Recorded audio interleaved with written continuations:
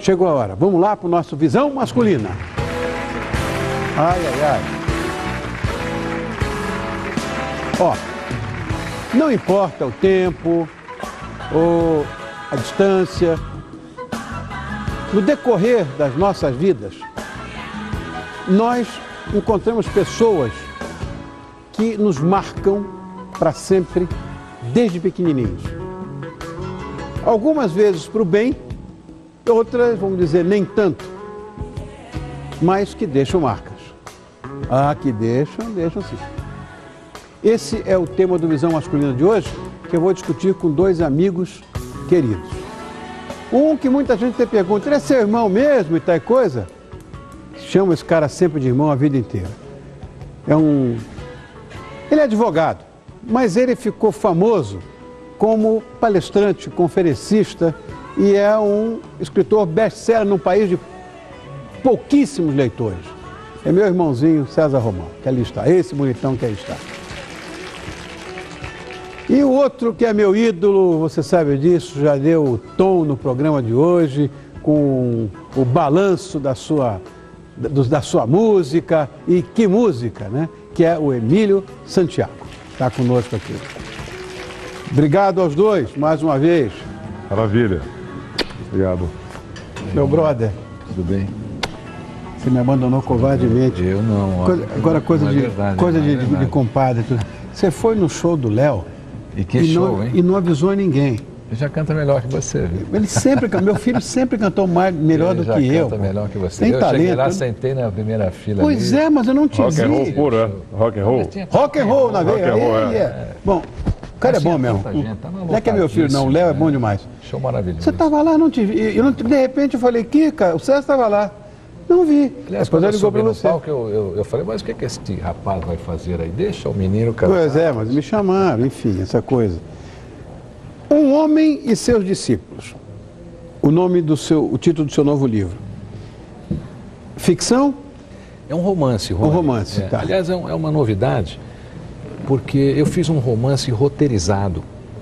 Então, o livro foi escrito em forma de roteiro, as pessoas leem muito rápido. Eu levei muitos anos para escrever esse livro. Você sabe que um dos temas que eu gosto muito é o tema Jesus. Sim, né? sei. E este livro ele traz revelações, porque com essa coisa da internet, eu passei a ter muita facilidade de me relacionar com pesquisadores no mundo inteiro. Então, durante esses 15 anos que eu venho pesquisando o assunto, até um pouquinho mais, eu passei a conhecer mais pessoas e ter mais informações. E este livro, ele é interessante por quê? Porque ele vai trazer revelações que até então foram pouco mencionadas no mundo inteiro. As pessoas vão saber, por exemplo, o que aconteceu com cada discípulo de Jesus. As pessoas vão saber aonde estão todas as relíquias do Cristo, porque a que mais nós conhecemos é o sudário, né? As pessoas vão conhecer um movimento que auxiliou o Cristo e os seus discípulos na sua caminhada, na sua divulgação. Vão conhecer o lado líder, o lado motivador, o lado humano. E mais do que isso, vão fazer uma grande viagem pelos lugares históricos do Cristo. Até mesmo a Capadócia, tem gente que já está me escrevendo, dizendo, Romão, parece até que eu fui até lá, né? Aonde tem a casa de Maria, que é muito visitada. E as pessoas vão se surpreender, porque o livro é uma viagem, e é uma viagem de que as pessoas vão sentir que estão dentro dela, sabe? É como se você estivesse dentro de um filme. Eu tive muito trabalho para escrever esse livro, mas eu acho que valeu a pena, porque as pessoas hoje leem o livro e falam, Romão, parece que eu estou assistindo um filme. E eu falei, era essa a minha intenção.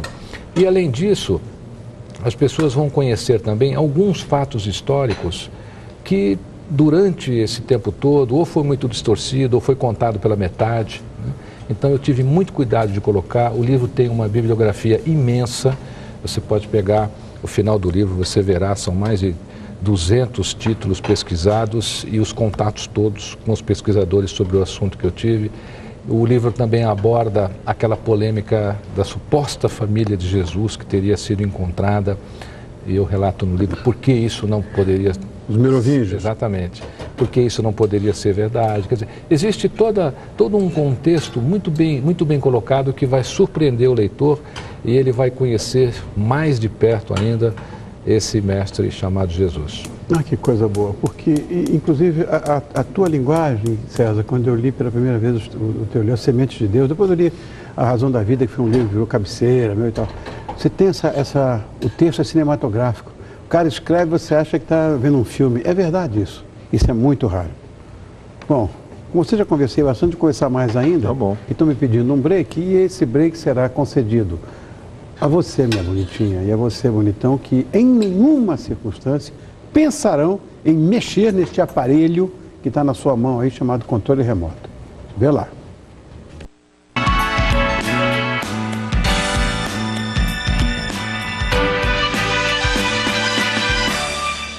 De volta com todo o seu e definitivamente com nossa visão masculina. Hoje nós vamos falar das pessoas que marcaram nossa vida, ou de uma forma ou de outra. E para discutir esse assunto comigo, eu recebo este brilhante palestrante, escritor, enfim, meu irmão, best-seller do nosso país, e com tão poucos leitores, como é que você consegue vender tanto livro? César Romão. E olha, eu não acredito, sinceramente, e o César também não, na coisa biológica. Eu acho que existe uma outra transcendental muito mais forte. Sua mãe mesmo. E minha mãe, ela tem uma coisa importantíssima, porque estamos praticamente na semana da consciência negra, né? Exatamente. E ela foi muito legal comigo na coisa do conversar, de como eu deveria me comportar diante da vida em relação, quer dizer, à minha cor, os caminhos que eu poderia seguir, entende? Então ela me mostrou tudo. Então, está tudo certo. Saiu esse cavalheiro. Porque a gente só ama quando a gente convive, né, Rony? Não tem essa... O amor é convivência, né? Não é verdade? Esse é filósofo, você tem um filho... Porque o ser humano é interessante, né? Uma águia tem um filhote, ela dá comidinha na boca pro filhote até ele voar. E ela ensina a voar, empurra lá do precipício. Aqui, principalmente no Brasil, a gente vê notícias todo dia de mãe que abandonou o filho numa praça, os pais que abandonaram o filho, não querem mais saber do filho. E o amor é isso, né, Emília? É convivência, quer dizer, ela é sua mãe de criação, mas é sua mãe, porque ela conviveu, o amor veio. É maravilhosa. Quer ver, tem muita gente também que diz que, por exemplo, quando você tem afinidade com um professor, com uma professora, determinada matéria, eu sou testemunha viva disso, a tendência é você aprender mais sobre aquela matéria, mesmo que você tenha sido um péssimo aluno anteriormente, né? Mesmo que ela tenha sido a matéria odiada da tua vida. Vocês acreditam nessa história? Olha que bacana. Nós reagimos da maneira que somos tratados, né? Às vezes um professor desse... No meu caso, Rony e Emílio, na família, o Rony conhece a minha família, então tive muita inspiração aí no meu pai, na minha mãe, teve uma tia Mirna, o meu avô que já faleceu, meu irmão, né, minha irmã, e a gente é muito ligado. E o meu avô tinha uma coisa interessante, porque ele trabalhava numa fábrica numa empresa que consertava tratores. E chegava de final de semana, a gente adorava quando ele vinha, porque ele trazia rolemã para fazer carrinho,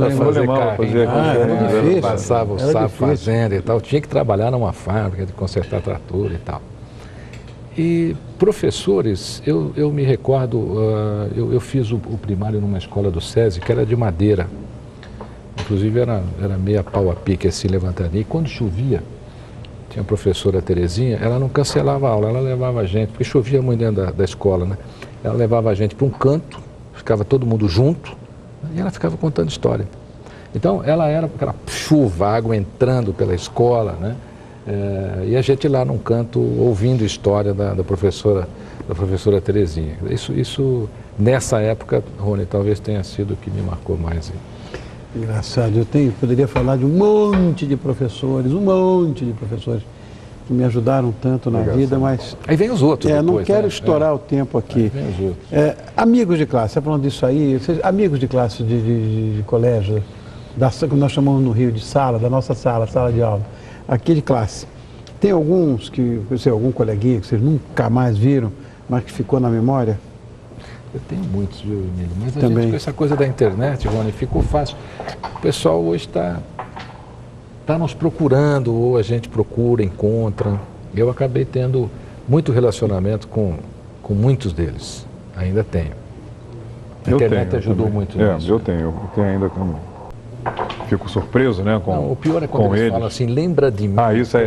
Essa pergunta é triste. Essa triste, pergunta. Lembra de mim? Essa pergunta realmente. Não faça nunca. Ajuda aí um pouco, né? Não. Pô, eu te passava a cola aí começa a entregar tudo. Né?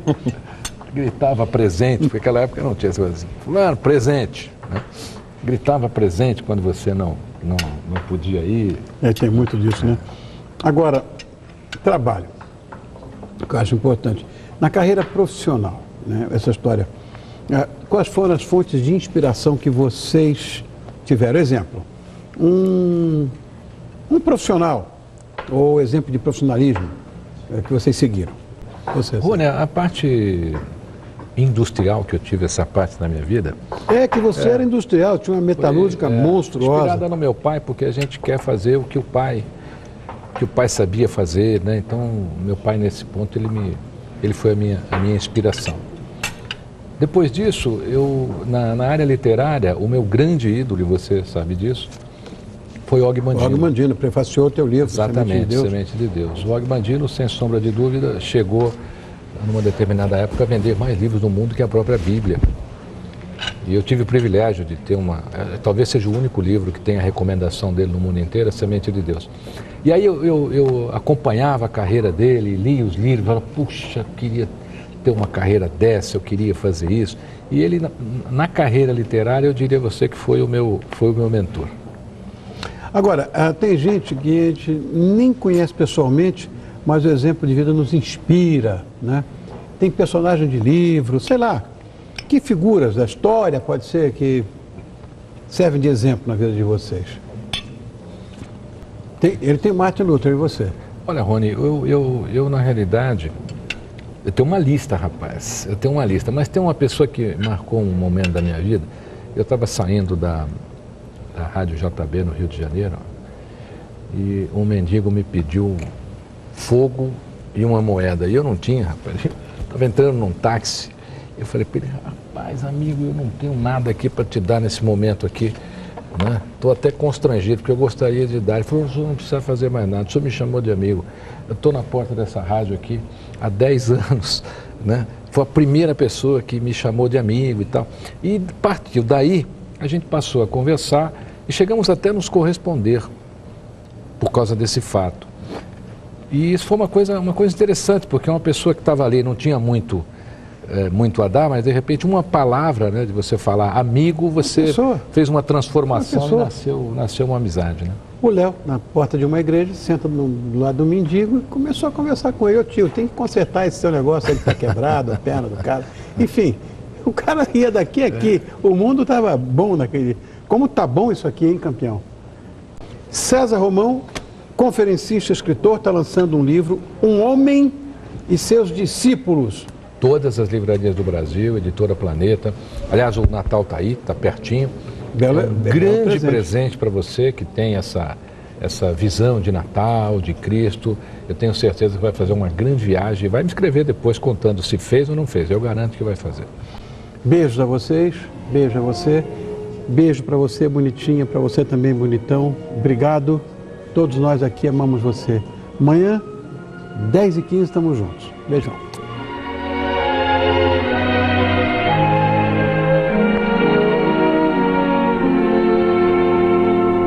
It's just a little street